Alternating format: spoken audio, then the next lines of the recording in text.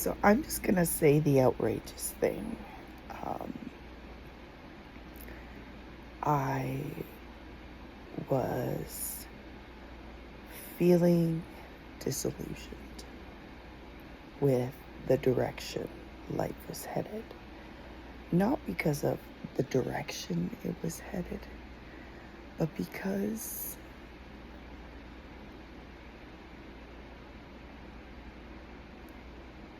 there was no substance in that direction. And every ounce of joy and every ounce of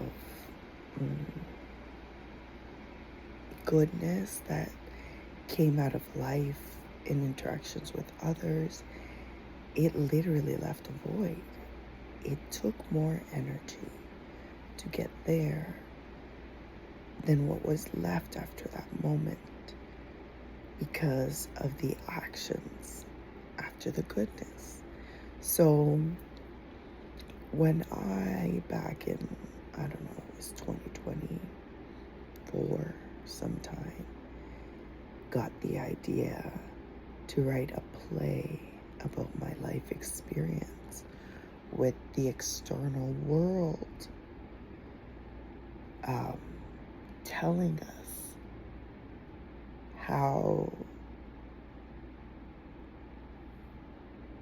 to live, how to be, how to exist, and how we should feel about it.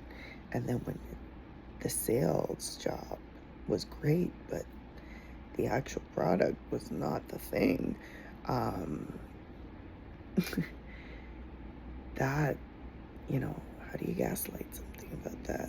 The expectation that they had of the words used to sell one something fell short of what that feeling holds for that individual. And the feeling is unique to everybody depending on their experience and the ecosystem of experiences that they've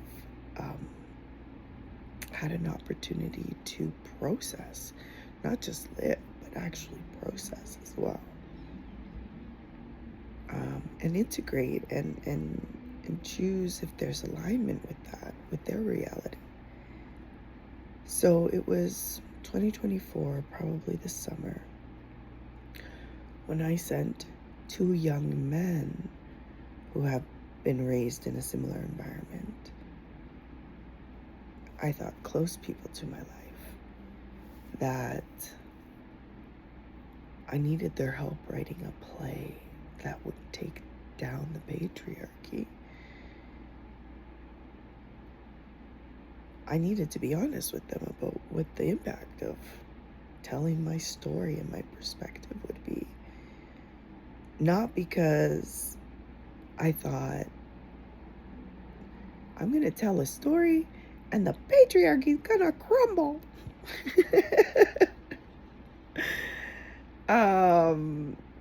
Just with the power of my words. Kaboom! No. I needed their help in a very serious way. These were people who we had lived life together in the sense that we were in each other's lives, but we very much had our own lives.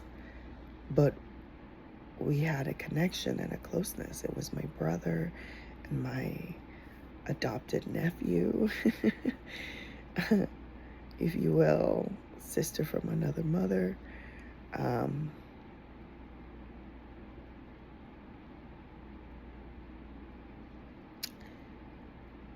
It's just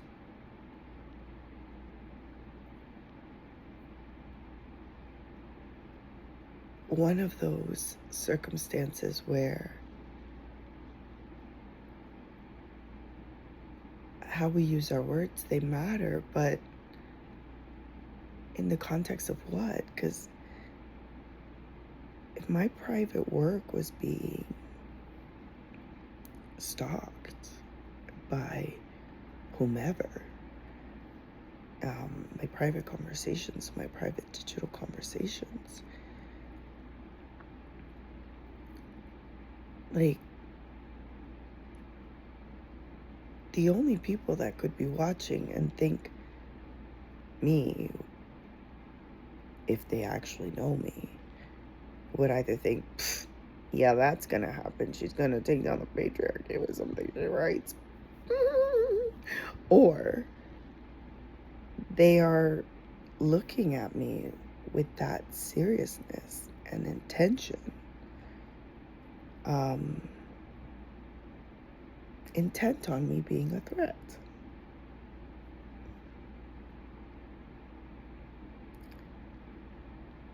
And why would a woman's opinion on her experience with the patriarchy, someone who in all other lights is championing love and personal power and personal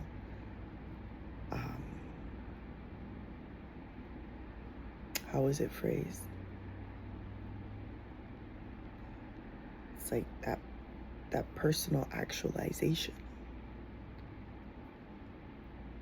going to result in something violent.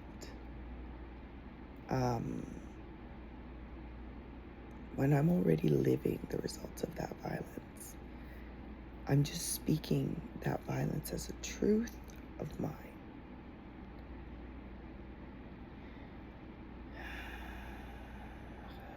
So,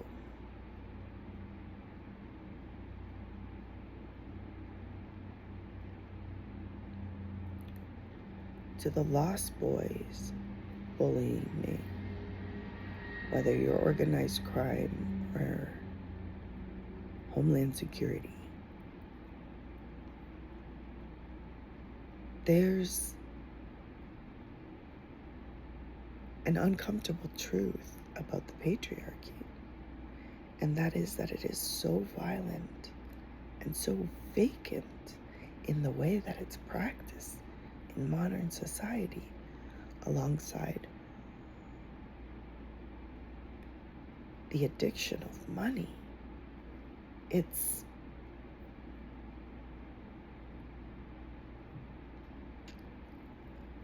sad. And so this is the only time that I don't have to worry about any of y'all's opinion, because the actions have already been done. The infrastructure remains.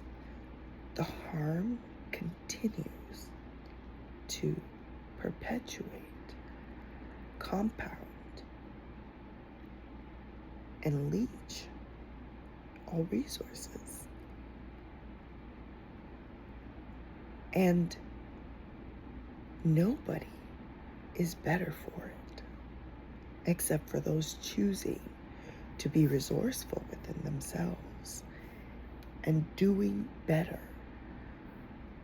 and choosing more impactful choices and choosing more value-added outcome for a larger volume of people.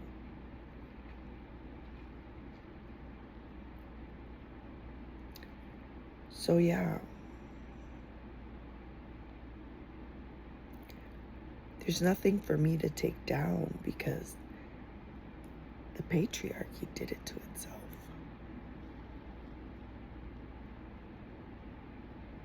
There's no violent action left for me to do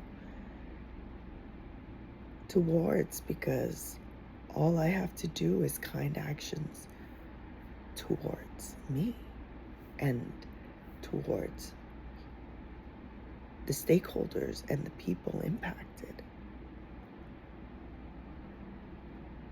And then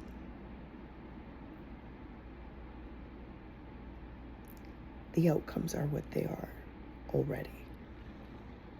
So there's nothing to tear down. It's already crumbled.